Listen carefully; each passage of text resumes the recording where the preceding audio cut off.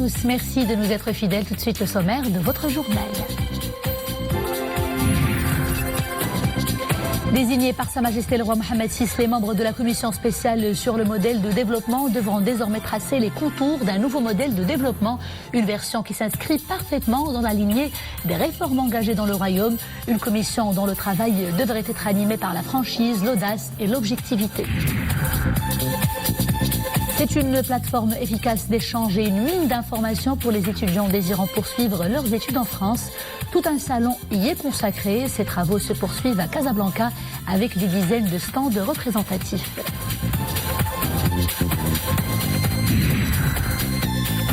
Et nous irons à Essaouira où l'inscription de la consécration de l'art gnawa à l'UNESCO est dignement célébrée. Tout en musique, plusieurs troupes ont sillonné les artères de la cité des Alizés, un hymne au partage et au pluralisme qui caractérise le royaume. Bonsoir, comme chaque dimanche, d'abord le rappel des activités royales de la semaine qui s'achèvent dans le cadre de notre rétrospective hebdomadaire. Souaïda Nached. Lundi, Sa Majesté le Roi a inauguré à l'arrondissement Hsaïn à Salé le Centre national de football de Marmora après sa rénovation et sa reconstruction. Le souverain a bien voulu le baptiser complexe Mohammed VI de football. Un concentré d'expertise et de savoir-faire, ce complexe est destiné à accueillir les équipes nationales en stage de préparation et les équipes nationales étrangères. L'ouverture de cet édifice sportif aux équipes étrangères lui permettra également de s'ériger en levier de développement du tourisme national et de promouvoir le rayonnement international du royaume. Le nouveau complexe est doté d'infrastructures et d'équipements de pointe conformes aux standards de la FIFA. C'est un des plus importants au monde. La réalisation du complexe relève de la mise en œuvre du programme national de mise à niveau des infrastructures du football national. Il prévoit dans son volet renforcement de la formation, en plus de la construction de ce complexe, l'appui à la réalisation de centres de formation des clubs nationaux et l'édification de 5 centres fédéraux de formation. Dans son volet développement de la pratique du football, cet ambitieux programme porte notamment sur la rénovation de 138 terrains de football en gazon synthétique et de 13 terrains en gazon naturel, dont 12 achevés et 1 en cours de travaux. Mercredi, Sa Majesté le Roi Mohammed VI préside au Palais Royal à Rabat un conseil des ministres, au cours duquel il a été procédé à l'approbation de 2 projets de loi et de 2 conventions internationales. Un projet de loi organique complétant la loi organique relative à la nomination aux hautes fonctions a été approuvé conformément aux dispositions des articles 49 et 92 de la Constitution. Un projet de loi relatif au contrôle de l'exportation et de l'importation des biens à double usage, civils et militaires, et des services qui leur sont liés. 2 projets de conventions multipartites appuyés par 2 projets de loi. Une convention multipartite pour la mise en œuvre des mesures relatives aux conventions fiscales pour prévenir l'érosion de l'assiette fiscale et le transfert de bénéfices. Une convention multipartite entre les autorités compétentes en matière d'échange de renseignements fiscaux concernant chaque pays. Sa Majesté le Roi Mohammed VI a adressé un message de félicitations à M. Abdelmjid Tebboune suite à son élection président de la République algérienne démocratique et populaire. Dans ce message, le souverain exprime ses sincères félicitations et ses vœux de plein succès au nouveau chef d'État algérien dans ses hautes missions. Sa Majesté le Roi Mohammed VI réitère également son précédent appel pour ouvrir une nouvelle page dans les relations entre les 2 pays voisins sur la base de la confiance mutuelle et du dialogue constructif. Suite à la désignation par Sa Majesté le Roi Mohammed VI le 19 novembre dernier de Cheikh Ibn Moussa à la présidence de la commission spéciale sur le modèle de développement, le souverain a procédé jeudi dernier à la désignation de ses membres. En plus de son président, la commission est composée de 35 personnes ayant des parcours académiques et professionnels pluriels et une connaissance très importante de la société marocaine et des questions politiques, économiques, sociales, culturelles et environnementales. La commission mobilise des compétences marocaines travaillant au Maroc, mais aussi à l'étranger. Des compétences actives et très engagées dans les secteurs publics et privés et au sein de la société civile également. Conformément aux hautes orientations royales, la commission devra soumettre à la haute appréciation de Sa Majesté le Roi d'ici l'été prochain des initiatives concrètes dans le cadre du nouveau modèle de développement. Et tout au long de leurs travaux, ces compétences marocaines désignées justement par le souverain ont donc pour mission d'injecter du sang neuf aux différents chantiers de développement du royaume. Et cela dans le cadre d'une approche participative avec 3 mots d'ordre: réajustement, anticipation et prospective. Mariam El-Missi pour le commentaire. Franchise, audace et objectivité seront le credo de son travail. Conformément aux hautes orientations royales, la commission devra s'atteler pendant plusieurs mois à tracer les contours d'un nouveau modèle de développement. Une version qui entend s'inscrire dans la lignée des réalisations du royaume, des réformes engagées et des attentes des citoyens. Sur une durée déterminée de 7 mois, la Commission planchera sur l'élaboration d'un modèle de développement exhaustif. Il devra englober l'écosystème de développement dans son intégralité et tenir compte de ses dimensions économiques et sociales, ainsi que ses piliers institutionnels. L'exécution de ce chantier national d'envergure, Sa Majesté le roi Mohammed VI l'a souhaité en adéquation avec une triple mission. Réajustement, anticipation et prospective, une feuille de route expressément formulée dans le discours du 66e anniversaire de la révolution du roi et du peuple. Notre ambition est que, dans sa nouvelle version, ce modèle de développement constitue une assise solide pour faire émerger un nouveau contrat social en portant une adhésion unanime, en l'occurrence celle de l'État et de ses institutions, celle des forces vives de la nation, incluant le secteur privé, les formations politiques et les syndicats, les associations, ainsi que celle de l'ensemble des citoyens. Nous souhaitons également que ce modèle soit le socle de l'étape nouvelle dont nous avons esquissé les contours dans le dernier discours du trône, étape à laquelle nous avons assigné comme mot d'ordre responsabilité et essor. Au cœur de l'œuvre de développement escomptée, le citoyen, particulièrement la jeunesse, pour qui la Commission marque un nouvel espoir de changement. La commission comprend des profils polyvalents, gages de leur maîtrise des défaillances qui entravent le développement de notre pays. Nous aspirons à des solutions concrètes à nos problèmes. Cela permettra de pointer les dysfonctionnements et établir un diagnostic des maux dont souffre notre société avant de dresser une feuille de route vers un essor socio-économique. Le Maroc parie sur le secteur industriel pour rejoindre la cour des pays émergents. Tout au long de ces travaux, la Commission œuvrera dans le cadre d'une approche participative et inclusive à favoriser une plus large implication et habiliter notre pays à aborder l'avenir avec sérénité et assurance. Arrestation hier à Meknès d'un extrémiste partisan du groupe terroriste Daesh. Il est âgé de 41 ans. Selon un communiqué du Bureau central des investigations judiciaires, le mis en cause est impliqué dans la propagande de l'idéologie extrémiste Daesh en parallèle à ses tentatives d'obtenir des informations sur la méthode d'utilisation des armes, d'équipements et de matériel. L'enquête a aussi révélé que le suspect était en train de planifier un attentat suicide dans le royaume. Cette opération s'est aussi soldée par la saisie d'appareils électroniques ainsi que par plusieurs documents écrits portant sur des produits relatifs à la fabrication d'explosifs. Le mis en cause sera déféré à la justice dès clôtures de l'enquête menée sous la supervision du parquet. Focus à présent sur le salon des études en France. Ces travaux se sont tenus à Casablanca avec la participation d'une centaine d'étudiants.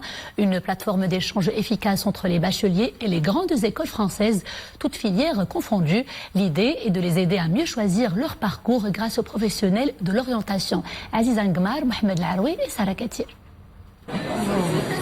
La 10e édition du Salon des études en France réunit plus de 80 exposants français et offre aux visiteurs un panorama représentatif de l'enseignement supérieur français et où sont représentées universités, écoles d'ingénierie et de commerce et écoles d'art et d'architecture. Vous avez ici une multitude d'établissements français de renommée internationale dans les différents domaines, management, commerce, ingénierie, etc., qui sont présents et très attirés par les jeunes Marocains qui ont un très bon niveau et qui veulent poursuivre leurs études en France. Nous sommes venus aujourd'hui à Casablanca, au salon de CEF, proposé par Ahmed Lalou, pour proposer nos cursus aux étudiants marocains souhaitant venir étudier en France en études supérieures.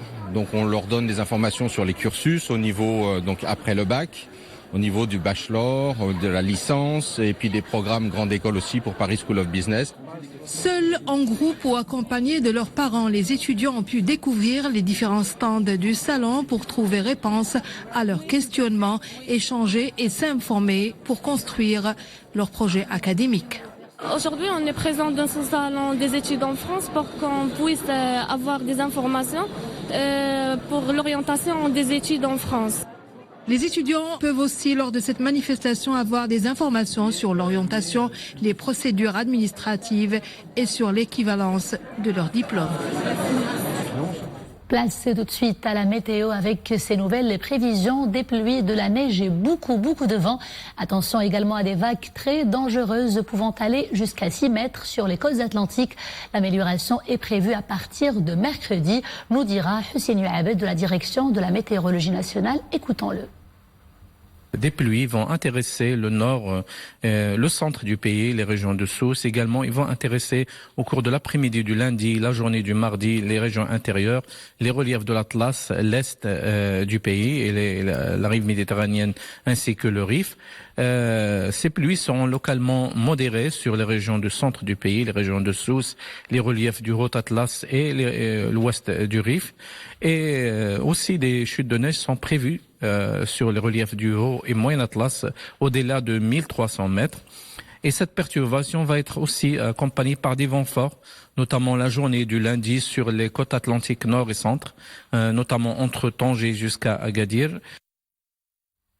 Ouvrons à présent la page Monde de ce journal avec d'abord la crise libanaise. Des dizaines de personnes ont été blessées dans de violents affrontements entre manifestants et forces de l'ordre dans la capitale Beyrouth.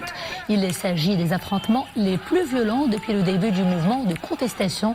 La police a fait usage de gaz lacrymogène et des balles en caoutchouc pour disperser les manifestants. La tension est toujours vive ce dimanche. Un dimanche de haute tension en France également, avec le 11e jour de grève massive contre la réforme des retraites. Demain, de grandes manifestations sont prévues également un peu partout dans le pays. Pendant que la tension et le ton montent entre le syndicat et le gouvernement français, ce dernier se dit, je cite, convaincu de la bonne foi de la réforme, éloignant l'incertitude qui planait sur une éventuelle démission du gouvernement. Après des heures et des heures de débats houleux, les participants à la COP25 sont enfin parvenus à un accord baptisé Chili-Madrid, le temps d'agir. Le document final exhorte les pays à augmenter leurs ambitions climatiques en termes de réduction des émissions de gaz à effet de serre. L'accord conclu à l'arraché était sur le point d'être bloqué par le Brésil. Le Brésil qui avait refusé justement de reconnaître le rôle que jouent les océans et les terres dans le changement climatique. Retour à l'actualité nationale et cap sur Agadir, la Perle du Sud, où s'est clôturée hier la 16e édition du Festival international Cinéma et Migration. Le Grand Prix est revenu au long métrage hollandais Raphaël. Le palmarès avec Abdel Fattah Zouid et Zakaria Maqilbillah. Une ambiance festive aux couleurs africaines au Festival international Cinéma et Migration d'Agadir. Au palmarès de cette 16e édition, le long métrage hollandais Raphaël remporte le grand prix du festival. Réalisé par le néerlandais Vincent Bogart, le film raconte l'histoire d'un jeune Tunisien marié à la coiffeuse Kimi, contraint à fuir en Europe à cause du printemps arabe. J'ai gagné le premier rôle masculin, j'ai gagné le premier prix, le plus grand prix. Je parle d'un homme, ismo Nazir, et une femme qui tombe amoureux. Et il y a le printemps arabe qui se déclenche et ils se séparent. Je suis très fière de l'avoir décroché ici, d'avoir pris ce premier prix Henaya, d'avoir reçu la confiance du directeur du festival pour un film avec un sujet très compliqué. Une femme, Hajba, França, Deba, avec tout ce qui s'est passé et les attentats et l'état d'urgence, ça a été compliqué. Le prix de la meilleure réalisation est attribué au film Le Jeune Ahmed des réalisateurs belges Jean-Pierre Dardenne et Luc Dardenne. Le prix du meilleur scénario décerné au réalisateur néerlandais pour son long métrage Broiders. Le public gadiri était également au rendez-vous avec de nombreuses rencontres et ateliers encadrés par des professionnels du cinéma marocain et étranger et abordant différents enjeux cinématographiques. La programmation de cette édition a été riche et diversifiée sur tous les niveaux. Les 2 compétitions officielles ont inclus des films récents. Le jury avait à départager 9 longs métrages et 15 courts métrages. D'édition en édition, ce festival s'affirme comme un rendez-vous culturel et artistique qui contribue au rayonnement cinématographique de la région Souss-Messa. L'événement ambitionne de favoriser le développement des échanges et des partenariats entre les cinéastes marocains et étrangers. D'Agadir, l'inspirante à Essaouira, l'envoûtante Essaouira qui a célébré hier en grande pompe l'inscription de l'art gnawa sur la liste du patrimoine immatériel de l'UNESCO. Une parade grandiose de plusieurs troupes gnawi a sillonné les ruelles de la ville avec des chants et des danses de cet art ancestral. Une ode à la diversité qui fait la beauté et la grandeur du royaume. Abdirni Tahraoui et Oumaima Ramdi.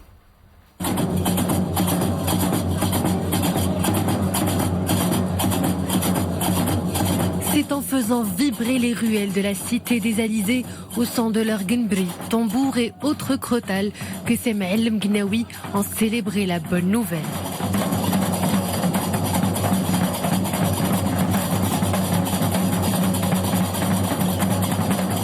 Des parades colorées de plusieurs troupes ont sillonné la ville au rythme envoûtant de cet art ancestral.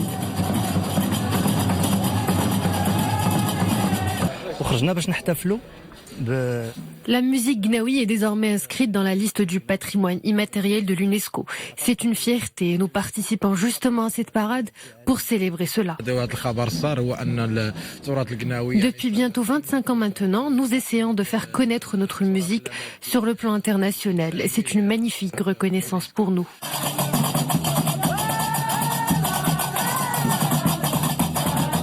Une consécration pour cet héritage culturel désormais devenu patrimoine mondial. Une reconnaissance de l'engagement visionnaire d'Essaouira. Nous célébrons cela avec l'ensemble de la population d'Essaouira, des opérateurs de la ville, des associations qui ont véritablement travaillé, œuvré très dur depuis près d'un quart de siècle pour que cet art, cette culture, cette tradition porteuse de mémoire, chargée de symboles, de messages, soit valorisée, soit encouragée et soit une culture que nous mettons au cœur de nos valeurs. L'art gnawi rejoint donc la cité des Alizés. Essaouira avait fait récemment son entrée dans le cercle fermé de l'UNESCO, celui des villes les plus créatives du monde. Et c'est la fin de ce journal. Merci d'avoir été des nôtres. Je vous retrouve demain toujours avec grand plaisir. D'ici là, portez-vous bien.